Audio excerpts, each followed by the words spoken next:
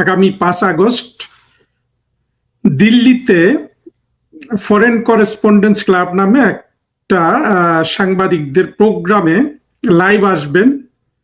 এই খবর ভারতীয় গণমাধ্যম এবং বাংলাদেশি গণমাধ্যমে ছড়িয়ে গেছে এবং যথেষ্ট ধরনের উদ্দীপনা সৃষ্টি করেছে শেখ হাসিনার সৈনিকদের মধ্যে। সাথে সাথে একই খবর কিন্তু এই যে 2024-এর জঙ্গি উত্থান যারা ঘটিয়েছিল তাদের বুকের কাঁপন কিন্তু বাড়িয়ে দিয়ে গেছে। শেখ হাসিনার এই লাইভ প্রোগ্রামটি করার একেবারে টাইমিংটা আমার অত্যন্ত পছন্দ হয়েছে যে 5 আগস্ট কিন্তু 2024-এর জঙ্গি উত্থানের দ্বিতীয় 2 বছর পুরা হয় এবং এই 2 বছরে কিন্তু সারা পৃথিবী জেনে গেছে যে শেখ হাসিনা কি এবং শেখ হাসিনাকে যারা এই বাংলাদেশে শেখ হাসিনার গভর্নমেন্টকে ক্ষমতা থেকে সরে যেতে বাধ্য করেছিল তারা কারা। এটার সবচেয়ে একটা বড় প্রতিফলন আমরা দেখতে পাই অতি সম্প্রতি মার্কিন যুক্তরাষ্ট্রের প্রেসিডেন্ট ডোনাল্ড ট্রাম্পের স্পেশাল এনভয় সার্জিও গরের বাংলাদেশ সফরের পর। সেই সফরে আপনারা সবাই দেখেছেন যে 2024 সালে যাদের সাথে মার্কিন যুক্তরাষ্ট্র কোয়ালিশন করেছিল শেখ হাসিনা সরকারের বিরুদ্ধে ষড়যন্ত্রমূলকভাবে অত্যন্ত অন্যায্যমূলকভাবে একটা জঙ্গি উত্থান ঘটিয়ে সেই জামাত এনসিপি কিন্তু সার্জিও গরের দেখা পাননি। উপরন্তু সার্জিও গরের সাথে বৈঠক করেছে কারা? বাংলাদেশে নিযুক্ত ভারতের হাই কমিশনার দীনেশ ত্রিবেদী এবং আওয়ামী লীগের নেতা সাবের হোসেন চৌধুরী এবং আরো যারা সংশ্লিষ্ট আছেন। বিএনপিও কিন্তু দল হিসাবে কিন্তু এই জায়গায় কোনো বৈঠক করতে পারেনি সার্জিও গরের সাথে।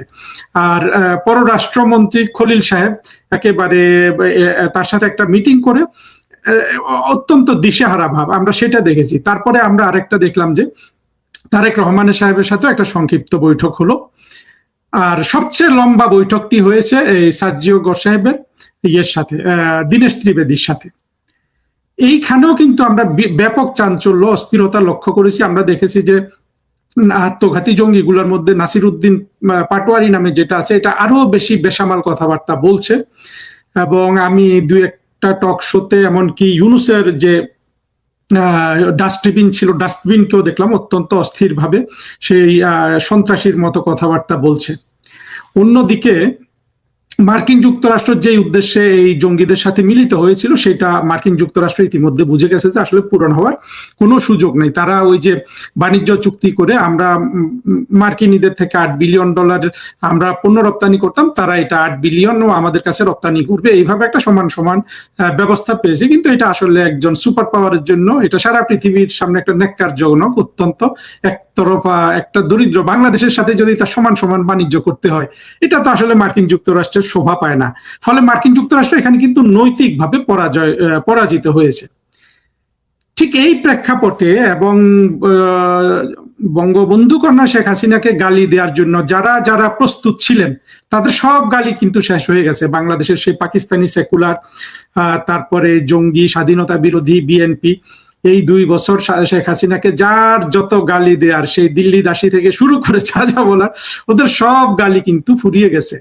আর অন্যদিকে দেখা গেছে যে বাংলাদেশের সাধারণ মানুষ শেখ হাসিনার জন্য প্রায় জীবন দিতে প্রস্তুত এবং শেখ হাসিনার জন্য তারা নীরবে অশ্রু ফেলছে। তারা জানে যে, তারা বুঝে গেছে যে বাংলাদেশে এই শেখ হাসিনা একমাত্র তাদের জন্য দরদ অনুভব করা একজন নেতা, যিনি তাদের জীবন মানের উন্নতি করেছিলেন, যিনি তাদের বাড়ি দিয়েছিলেন, যিনি তাদের একটা ভালো জীবন যাপনের ব্যবস্থা করে দিয়েছিলেন এবং অবশিষ্ট যারা সেই সুযোগ পায়নি তাদেরকে তিনি টেনে আনছিলেন এবং তিনি অর্থনীতির উন্নতি করেছিলেন, যে অর্থনীতিটাকে ইউনুস ধ্বংস করে দিয়ে গেছে তারেক রহমান, যেটা কোনোভাবেই মেরামত করতে পারছে না।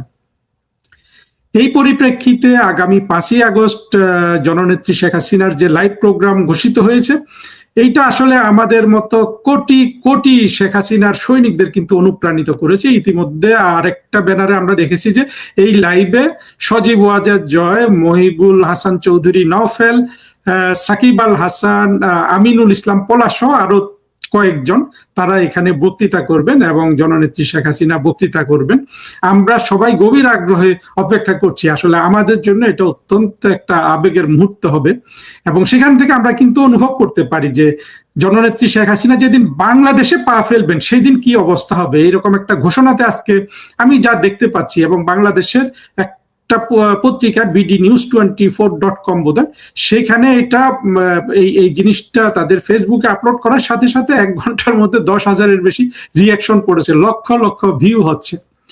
অন্যদিকে জামাত, শিবির এবং এনসিপির যে জঙ্গিগুলো আছে তাদের কিন্তু এখন অত্যন্ত আপনার একেবারে ম্রিয়মান একটা দশা চলছে। এমনকি আপনারা দেখবেন যে 21-এর জঙ্গি উত্থানে যাদের ভিডিও হাজার হাজার ভিউ হতো, সেই কি বলে এই যে আমেরিকাতে চাকরি দেয়া একটা গোলাম মুর্তজা, কিংবা তৃতীয় মাত্রা জিল্লুরের আমি তৃতীয় মাত্রার কথা বলছি না, এদের প্রাইভেট ভিডিওগুলা আপনারা দেখবেন যে এগুলার কিন্তু এখন আর কোনো সেই রকম ভিউ নাই। হ্যাঁ, পিনাকি আর ইলিয়াসের ভিডিওতে এখনো ভিউ আছে, কিন্তু পিনাকি ইলিয়াস এটা তো এমন একটা পক্ষ নিয়ে নিছে আসলে, এত বড় অপরাধের সাথে ওরা যুক্ত হয়ে গেছে যে এগুলো আর কখনো জনসম্মুখে আসতে পারবে না। ওদেরকে এই পিনাকি ইলিয়াস অর্থাৎ বাংলাদেশের অর্ধেক মানুষের সাথে এমন অপরাধ করে ফেলছে যে ওরা কোনোদিন আর মানে এই আন্ডারগ্রাউন্ড লাইফ ছাড়া পাবলিক লাইফ কিন্তু আর লিভ করতে পারবে না। অর্থাৎ 24-এর জঙ্গি উত্থান সংক্রান্ত যত ব্যবসা বাণিজ্য হয়েছে, সেই ইউনুসের বাণিজ্য থেকে শুরু করে সনদ বাণিজ্য, হ্যাঁ, জুলাই সনদ বাণিজ্য, জুলাই যোদ্ধা বাণিজ্য, জুলাই আহত বাণিজ্য, সকল বাণিজ্য কিন্তু শেষ 2 বছরের মধ্যে। আর সকল বাণিজ্য শেষ হওয়ার পর এখন জননেত্রী শেখ হাসিনা লাইভে আসছেন, জননেত্রী শেখ হাসিনা বাংলাদেশে আসবেন। চিন্তা করে দেখুন, আমি যে পরিমাণ উৎফুল্ল বোধ করছি, আমি জানি যে লক্ষ কোটি মানুষ তার চেয়ে বেশি উৎফুল্ল বোধ করছেন। এবং যেদিন জননেত্রী শেখ হাসিনা বাংলাদেশে আসবেন সেই দিন কি অবস্থা হবে সেটা কিন্তু এখান থেকে খুব সহজেই আমাদের কাছে অনুমেয়। বক্তব্য দেওয়ার শুরুতে একটা অবস্থা দিলাম যাতে আমি শেষ করতে পারি। আমি খুব বেশি বাড়াবো না। আমরা যখন ধরেন এখানে সবাই খুব আরাম করে খাওয়া দাওয়া করলাম, এটা ঠিক যে আমরা সবাই খুবই কষ্ট করি, বিভিন্ন জায়গা থেকে এসেছি, আমাদের এখানে গেস্ট আছেন যিনি দেশটাকে স্বাধীন করে দিয়ে দিলেন, তাদের মধ্যেই একজন আজকে এই বয়সে এসেও আমাদেরকে পথ দেখাচ্ছেন। আগুনার সামনে আসলে আমি চেষ্টা করি একটু এদিক দিক অন্যদিকে চলে যাওয়ার জন্য, এবং আগুনাকে একটু এড়ানোর চেষ্টা করি। এটা একটা বড় রিজন হচ্ছে আমি ওনাকে দেখে লজ্জা পাই। আমি উনার ছোটবেলার বা উনি যখন 21 বছর বয়স, তখনকার একটা ছবি কিছুদিন আগে ফেসবুকে দেখেছি, এক ভারতীয় এক সৈন্য তাকে নিয়ে লিখেছেন, দীর্ঘ একটা বর্ণনা লিখেছেন। তিনি মুক্তিযুদ্ধের সময় খুব গুরুত্বপূর্ণ যে ভূমিকা পালন করেছেন, বেশ গুরুত্বপূর্ণ। উনি ভয়ানক ফাইটার ছিলেন, অনেকেই হয়তো জানেন না। মুক্তিযোদ্ধাদের মধ্যে যে ক্যাটাগরি, তার মধ্যে তিনি ভয়ানক লেভেলের ফাইটার ছিলেন। তো ওনার সামনে আমি কেন কাকুমাচু করি, কাকুমাচু করবার একটা বড় রকমের কারণ হলো যে ওনারা দেশ স্বাধীন করে দিয়ে গেলেন আর আমরা এটা রাখতে পারলাম না। ওনাদের সামনে আমরা হেট হয়ে গেল। আচ্ছা, এইটা একটা গল্প। সেকেন্ড একটা গল্প বলি। সেকেন্ড গল্পটা হচ্ছে যে আমরা যখন এখানে খাওয়া দাওয়া করছি, খাচ্ছি, ঠিক একই মুহূর্তে আপনি জানেন না কোন ছেলের লাশ ভেসে উঠেছে, হয়তো বা মুন্সিগঞ্জ, নরসিংদী, সিলেট, নোয়াখালী, লক্ষ্মীপুর, চিটাগং, কোথায় না, জয়পুরহাট। মানে আমরা যখন এখন খাচ্ছি, ঠিক এই মুহূর্তে আমাদের থেকে আমার সন্তানের বয়সী কেউ না কেউ পালিয়ে বেড়াচ্ছে, ছাত্রলীগের কেউ, যুবলীগের কেউ, ফেলে মেরে ফেলবে, আমরা জানিও না। আরেকটা গল্প বলি। আমি গেছি শান্তিনিকেতনে। শান্তিনিকেতন আমার খুব প্রিয় একটা জায়গা, যেখানে আমি ভারতে গেলেই আমি শান্তিনিকেতনে যাই। সাঁওতাল পাড়াতে গেছি। সেখানে সাঁওতাল পাড়াতে যাওয়ার পরে এক ভদ্রলোক পেছন থেকে এসে আমাকে জড়িয়ে ধরলেন। এক ভারতীয় ভদ্রলোক, বাঙালি। তিনি বাঙালি, কিন্তু হয়তো তার ন্যাশনালিটি ভারতীয় হতে পারে, কিন্তু তিনি বাঙালি, তার সবচেয়ে বড় পরিচয়। আমাকে তিনি এসে বলছেন, বরিশালের লোক, দাদা কবে স্বাধীন হইবে দেশ? আমি তাকালাম, এখনো তার সেই বরিশালের টোনটা আছে, আমার খুব প্রিয় একটা টোন। আমাদের ভাই যখন বলেন যে বরগুনার ভাই, মনোযোগ দিয়ে শুনি। আমি তখন চিন্তা করলাম, আমি বললাম যে দাদা আপনি কবে এলেন পশ্চিমবঙ্গে? বলতো ভাইয়া আইছিলাম ওই 71 গুণ, ও তো আইছিলাম ওই লঞ্চে গুণ আইছিলাম ওই 71-এর সময়, তো বাপ মায়ের লয়ে আইছিলে। তো আমি তখন বললাম যে আপনি এখনো বাংলাদেশে ভাবছেন? খারাপ লাগে, মুখটা ফাইটা যায়। মানে এই 3টা ঘটনা, আরো এরকম অসংখ্য ঘটনা আমি বলতে পারি। আমি একজনকে চিনি যিনি তার সন্তান হয়েছে, খবর পেয়েছে সন্তান ভূমিষ্ঠ হয়েছে, কিন্তু তখন তিনি গাছে বসবাস করছেন। গাছে একটা ঘর বানানো হয়েছে তার জন্য কোনো একটা দ্বীপে, ওইখানেই একমাত্র তিনি পুরো গাছের মধ্যে 4টা পাটাতন দিয়ে তিনি সেখানে সন্তানের খবর পেয়েছেন এবং মোবাইলে তার সন্তানকে দেখেছেন।